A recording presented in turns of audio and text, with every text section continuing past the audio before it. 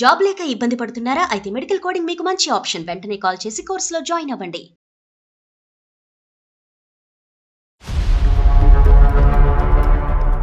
చాలా అదృష్టం అనుకున్నా. మా హస్బెండ్ చేయని ఘోరాలు చాలా ఉంటాయి సార్. నేను చెప్పుకోలేకపోతున్నాను సార్. ఏడవకండమ్మా. నేను ప్రెగ్నెంట్ అయినప్పుడు వాళ్ళ కాలేజీ ఫ్రెండ్ ఏదో చెప్పి తనతో మాట్లాడుతూ మొదలెట్టారు. అంతకుముందు క్లాస్మేట్, ఇప్పుడు హాస్పిటల్ పరిచయం. హాస్పిటల్ పరిచయం. అవును మేడం. వీళ్ళిద్దరికి మధ్యన గ్యాప్ ఎంత అమ్మా? ఒక 5 నెలలు వచ్చింది సార్. అంతకంటే ఎక్కువ ఆగలేడు అనమాట మీ ఆయన.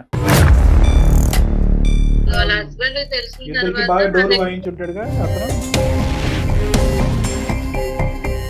మీ ఇద్దరి మధ్యన ఏమైనా గొడవలు ఉన్నాయమ్మా? లేదంటే మీ ఆయన ఏమైనా కామాంధుడా? రెండోసారి కూడా నాకు పాప ఉంది కదా, కాళ్ళు పట్టుకుని రిక్వెస్ట్ చేసి నన్ను కన్విన్స్ చేశాడు సార్. ఇంతకు ముందు కన్విన్స్ అవడానికి నీకు గంట పట్టింది, ఇప్పుడు 2 గంటలు పట్టింది.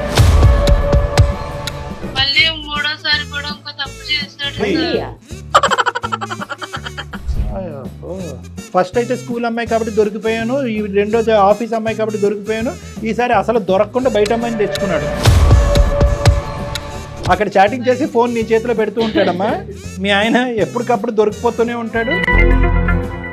నేను మామూలుగా రీల్స్ చూద్దామని ఫోన్ తీసుకుంటాను సార్. రీల్ కనిపించింది. మనోడు ఏంటంటే ఇక్కడ క్లోజ్ అక్కడ స్టార్ట్, ఇక్కడ క్లోజ్ అక్కడ స్టార్ట్, అందుగురించి గుండె నిబ్బరంగా పెట్టుకొని అంటున్నా. ఇది రన్నింగ్ కామెంటరీగా ఎక్కడ ఆగలేదు ఈ బండి. మధ్యలో మిస్ అయిన లింకులు ఎన్ని ఉన్నాయో ఇద్దరిద్దరం. కళాపోషకుడు. డైరెక్ట్ గా ఇంటికే మూడో అమ్మాయినేనా? 4వ అమ్మాయి. వీడు ఒకసారి యూజ్ చేసింది మళ్ళీ వాడడం. వీడు ఇంటికాడ 2 చెల్లెళ్ళు ఉన్నారు. భర్తను వదిలేసి వచ్చేస్తే వాళ్ళకి పెళ్ళిళ్ళు మళ్ళీ కన్విన్స్ చేయడానికి చూస్తున్నారు సార్ నన్ను. ఇటువంటి తండ్రినా నీ కూతురికి రేపొద్దున పరిచయం చేస్తావు. నీకు తెలిసి నలుగురు, నేను ఊహించుకోవటం 16.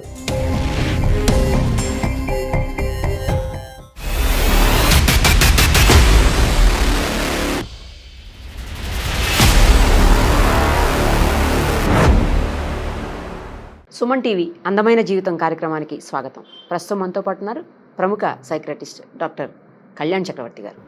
డాక్టర్ గారు నమస్తే. నమస్తే మేడం. ఈరోజు ఇప్పుడు మనం చూడబోయే ఇష్యూ ఏంటంటే, ఒక భార్య నమ్మకం, నిజంగా చెప్పాలంటే భార్యాభర్తల మధ్య ఉండాల్సిన నమ్మకం, ఆ నమ్మకం కోల్పోయిన తర్వాత ఉండాలా, వెళ్ళిపోవాలా, విడిపోవాలా అర్థం కాని పరిస్థితి. విడిపోదాము అంటే పేగుబంధం అడ్డు వస్తుంది, మళ్ళీ పిల్లోడో ఎవరో ఉంటారు, అది అడ్డు వస్తుంటుంది. అలాంటి దారుణమైనటువంటి పరిస్థితుల్లో ఒక మహిళ మనకి కాంటాక్ట్ చేశారు. ఆమెతో మాట్లాడదాం, ఆమె సమస్య ఏంటో విందాం. తప్పకుండా, షూర్. సరే, అమ్మాయి పేరు సౌజన్య మేడం.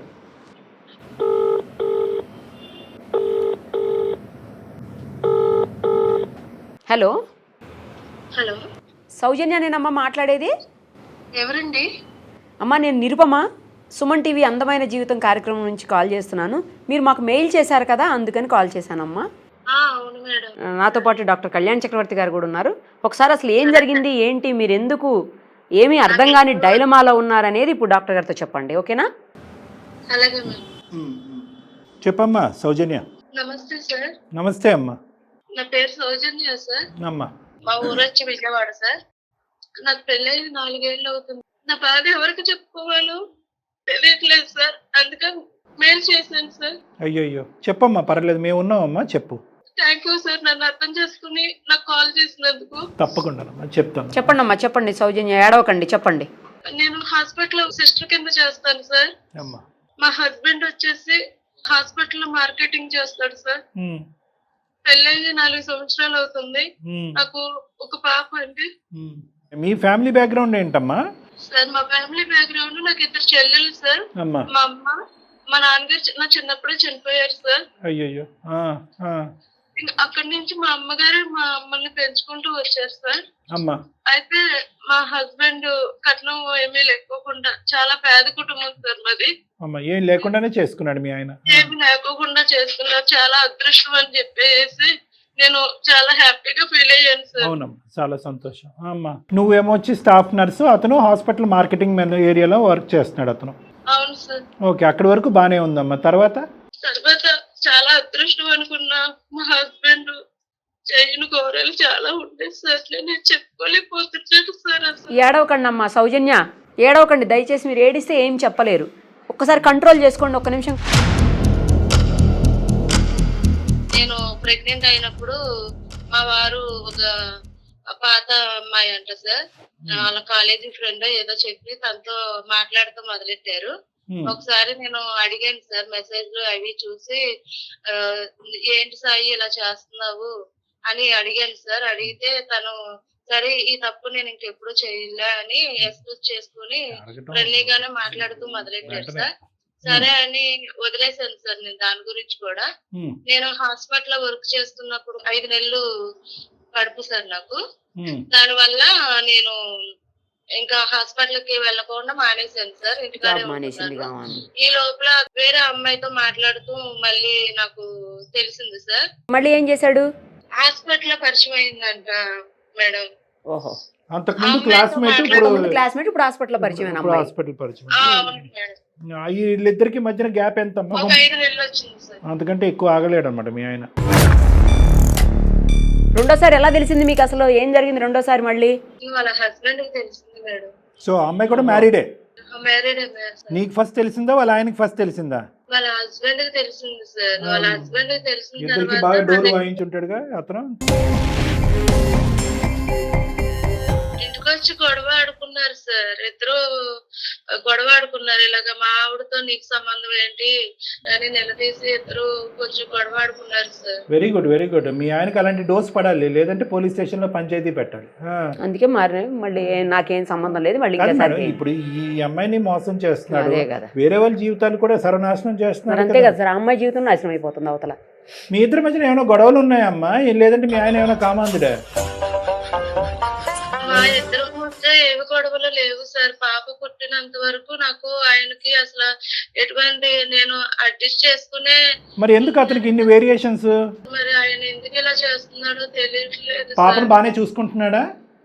పాపను కూడా బాగానే చూసుకుంటాడు సార్. సో వాళ్ళ ఇంటికి వచ్చి గొడవాడి 4 మొట్టుకెళ్ళి మొట్టారా నెత్తి మీద? గొడవ ఎంత గట్టిగా ఆడుకున్నారు సార్. ఈసారి తప్పు ఒప్పుకున్నాడమ్మా? తప్పు ఒప్పుకుని ఏమైనా క్షమాపణ అడిగాడా?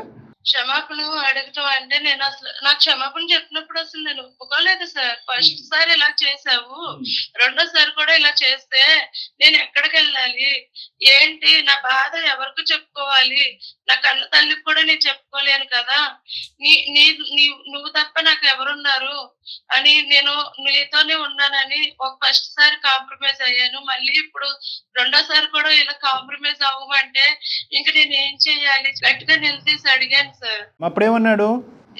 రెండోసారి కూడా నాకు పాప ఉంది కదా, నేను ఇప్పుడు రిక్వెస్ట్ చేసుకుంటున్నాను అని చెప్పి కాళ్ళు పట్టుకుని రిక్వెస్ట్ చేసి నాకు కన్విన్స్ చేశాడు సార్. ఇంతకు ముందు కన్విన్స్ అవడానికి నీకు గంట పట్టింది, ఇప్పుడు 2 గంటలు పట్టింది, అంతే అయి ఉంటుంది తేడా.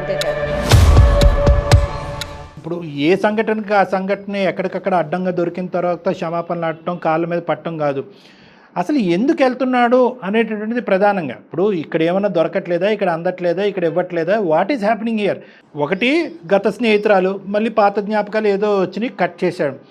ఏకంగా అతనికి తిండి పెట్టేటటువంటి ఆఫీసులోనే ఇలాంటి అక్రమ వేషాలు వేస్తూ ఉంటే కనుక అటువైపు వాళ్ళు పరుగు పోతుంది, వాళ్ళు భార్యాభర్తల మధ్య వాళ్ళ జీవితం నాశనం అవుతుంది, నీ జీవితం నాశనం అవుతుంది. దానికి మించింది ఏంటి? పరుగు పోతుంది. పరువు, నీకు బిడ్డ ఉన్నది, పరువు పోయే పరిస్థితి. నువ్వు ఇక్కడైనా కూడా నేను అడిగేది ఏంటంటే, ఎక్కడికక్కడ కన్విన్స్ చేశాడు మంచోడు దేవుడు అంటాం కాకుండాని నీ మనసు కరిగిపోవటం అనేది పక్కన పెడితే కనుక రేపొద్దున ఇది ఇంకోసారి జరగడానికి ఇంకో అవకాశం ఉందేమో, ఛాన్స్ ఉందేమో అని చెప్పి మీ అమ్మ నాన్నలకో వాళ్ళ అమ్మ నాన్నలకో ఎవరికో ఒకరిని కూర్చోపెట్టి కొద్దిగా ఎక్స్ట్రా గడ్డి పెడితే బాగుంటుంది కదమ్మా అతనికి. అది కూడా అయ్యింది సార్, ఆ పంచాయతీ కూడా జరిగింది సార్. ఓకే, ఇది రెండోసారి చేశాడు కదా సార్. ఈ రెండోసారి కూడా నేను కాంప్రమైజ్ అయ్యాను సార్. అయిన తర్వాత కొంచెం మంచిగానే మాట్లాడి మంచిగానే ఉన్నాడు సార్. మళ్ళీ మూడోసారి కూడా ఇంకో తప్పు చేశాడు సార్. అమ్మ వీడికి వెనతో పెట్టిన విద్యలా ఉందమ్మా. ఇప్పుడు మూడోసారి ఎంత గ్యాప్ ఉందమ్మా? ఒక 3 సంవత్సరాల తర్వాత, 2 సంవత్సరాల తర్వాత ఎంత గ్యాప్ ఈసారి? మాకు పెళ్ళయ్యే 4 సంవత్సరాలు అవుతుంది సార్. ఇది కూడా రీసెంట్ అయితే రీసెంట్ గానే జరిగింది సార్. ఇది రీసెంట్ గానే జరిగింది, మూడోది. అప్పుడే పంచాయతీ అంటుంది కదా ఆమె, తల్లిదండ్రుల దగ్గర పంచాయతీ మూడోసారి పంచాయతీ. అందుకే అన్నదామా.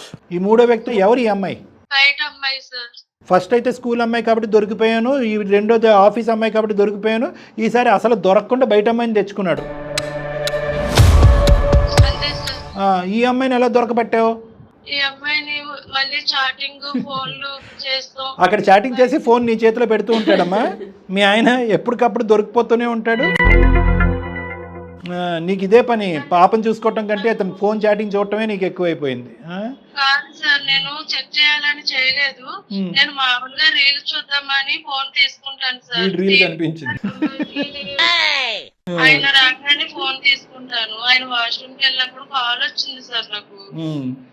ఆ కాల్ ఎవరిదాన్ని లిఫ్ట్ చేస్తే అవతల ఎవరో అమ్మాయి వాయిస్ వచ్చింది సార్. అడిగావా ఎవరమ్మా నువ్వు అని?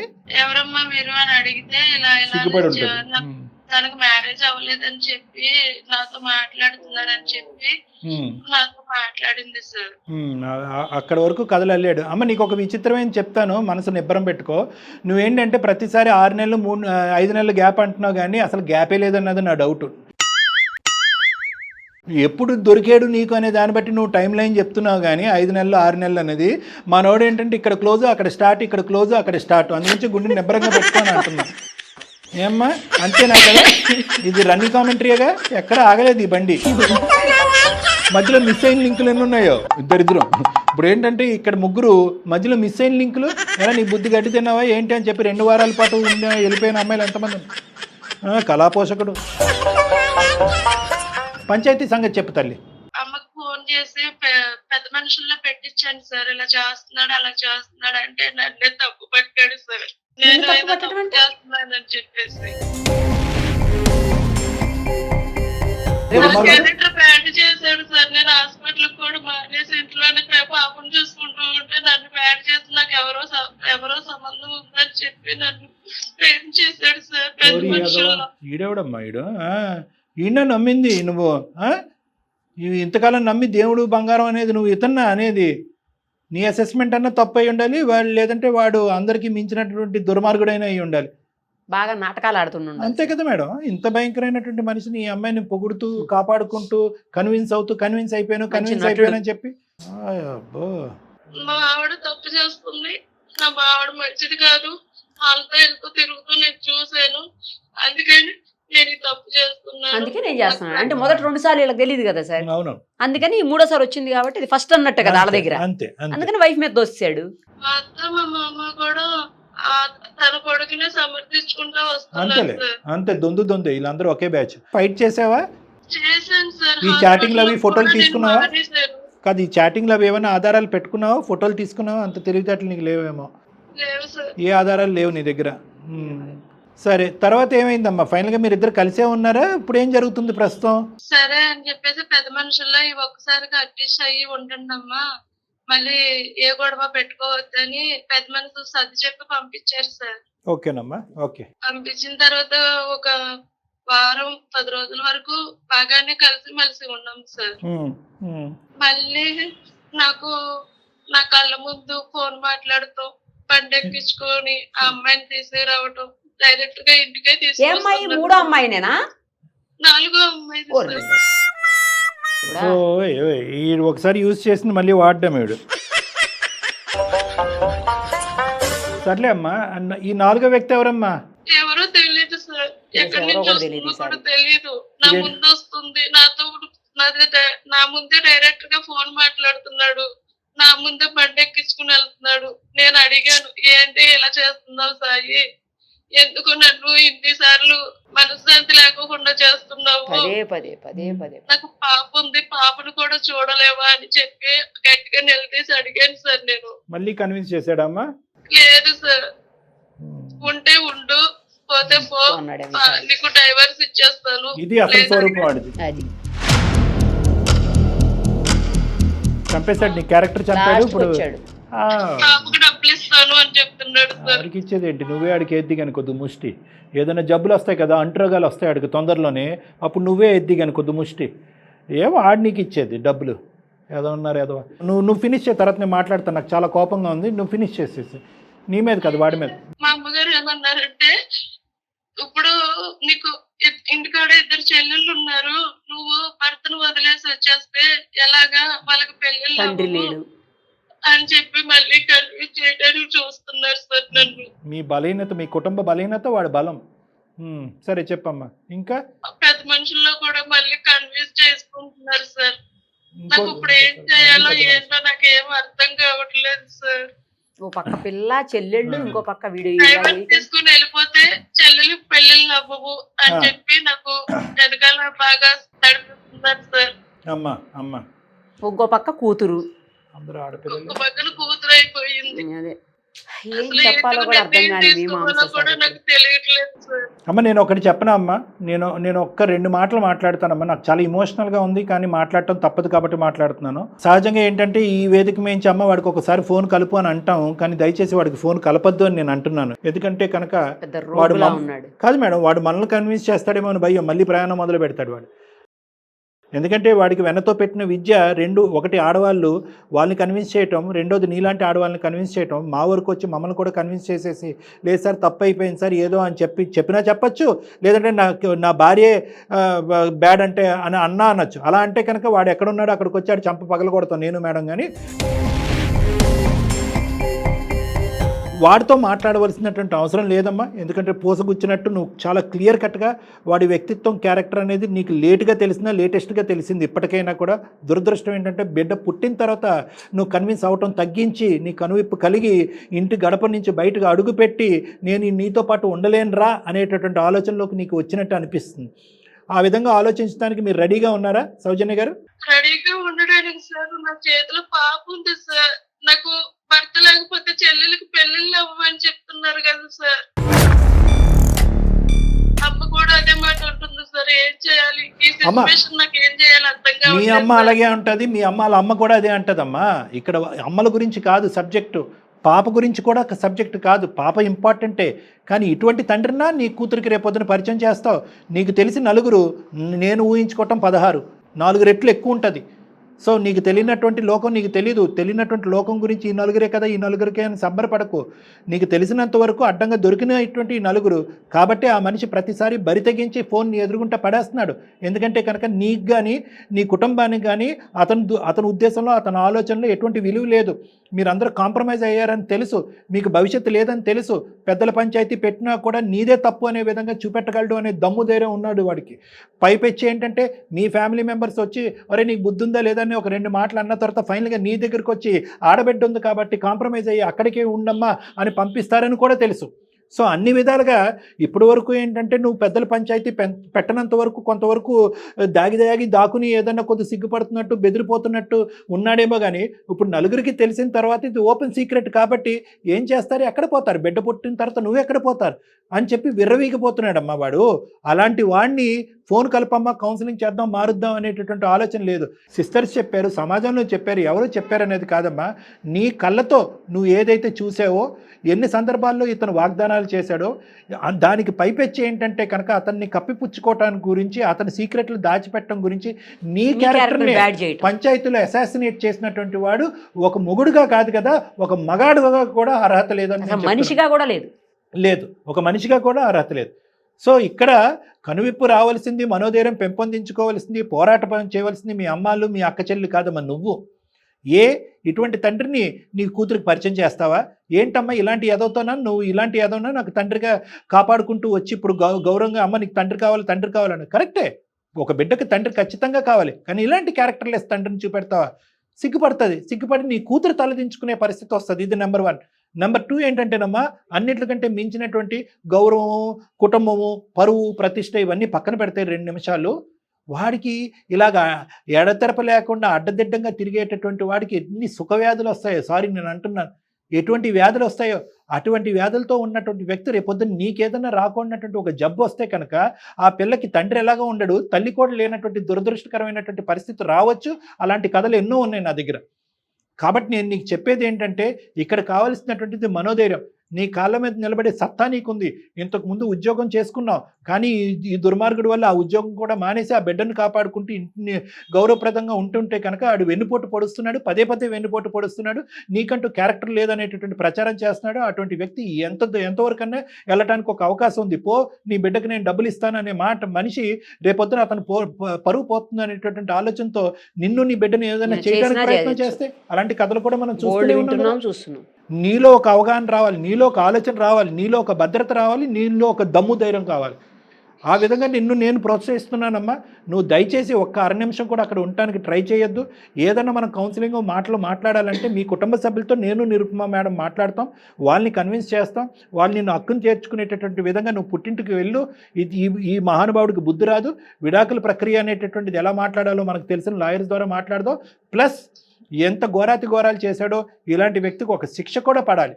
ఆ విధంగా కూడా మనకు ఉన్నటువంటి అడ్వకేట్ టీంతో ఒకసారి మాట్లాడి ఆ విధమైనటువంటి సహాయ సహకారాలు కూడా నీకు ఇస్తామమ్మా. ఈ మనిషితో మీద ఒక నమ్మకం కానీ, ఈ మనిషితో పాటు ఒక ప్రయాణం కానీ, ఈ మనిషితో ఒక స్థిరమైనటువంటి ఒక తండ్రి, ఒక భర్త ఉంటాడు అనే ఆలోచన నుంచి దయచేసి ఈ క్షణం విరమించుకోమని చెప్పి నా విన్నపం. సార్ నేను అందుకే మిమ్మల్ని నమ్ముకుని ఎక్కువ మెయిల్ చేశాను సార్. ఇలాంటి సిచ్యువేషన్ లో ఉన్నాను కాబట్టి నాకు అంటూ ఎవరికి చెప్పుకోవాలో కూడా నాకు అర్థం కాక నేను మెయిల్ చేశాను సార్. అమ్మ, ఈ మనిషికి 100 మార్కులకి 1 మార్క్ అయినా మంచిగా పడుంటే కనుక నేను మీ ఇద్దరిని కలిపేసి ఉండేవాడిని అమ్మ. అన్ని మైనస్ మార్కులే.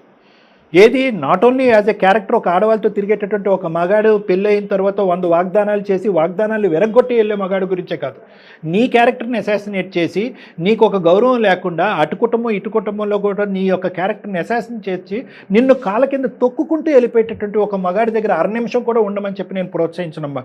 కాబట్టి ఇది ఎప్పుడు కూడా మొదటి నుంచి చివరి వరకు నాకు ఎప్పుడు కూడా నా మనసుకు తడుతుంది ఏంటంటే ఇది 1 వే ట్రాఫిక్. వీడికి ఎంత తొందరగా సేఫ్గా ఈ అమ్మాయి ఆ బిడ్డ గుడ్ బై చెప్తే అంత మంచిది అన్నట్టుగా నాకు అనిపించింది. కాబట్టి ఈ సలహా ఇస్తున్నానమ్మా. ఇది మంచి సలహా.